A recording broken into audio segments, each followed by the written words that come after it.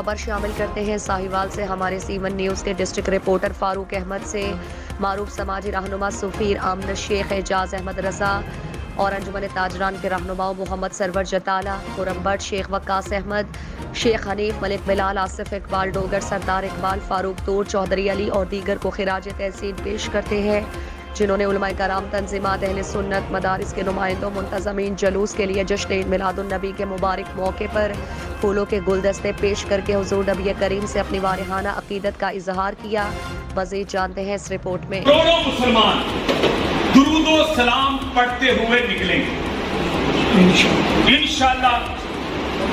میلاد النبی صلی اللہ علیہ وسلم کے جلوس کو اور محافل کو ہم فرقہ واریت کی نظر نہیں ہونے دیں گے انشاءاللہ، کیونکہ میلاد النبی صلی اللہ علیہ وآلہ وسلم کیا ہے؟ نبی صلی اللہ علیہ وآلہ وسلم کی ثنا خوانی کرنا، نبی صلی اللہ علیہ وآلہ وسلم پر درود پڑھنا، اور ہم جمع ہو کر اپنے آقا کی بارگاہ میں ہدیہ عقیدت پیش کرتے ہیں، اس کو ہی میلاد کہتے ہیں، اور یہی میلاد کا طریقہ ہے۔ کوئی سیرت النبی، کوئی سورت النبی، کوئی میلاد النبی، کوئی ناموس رسالت، کوئی حرمت رسول کی بات کرتا ہے تو کس کی ہے؟ یہ میرے نبی کریم صلی اللہ علیہ وسلم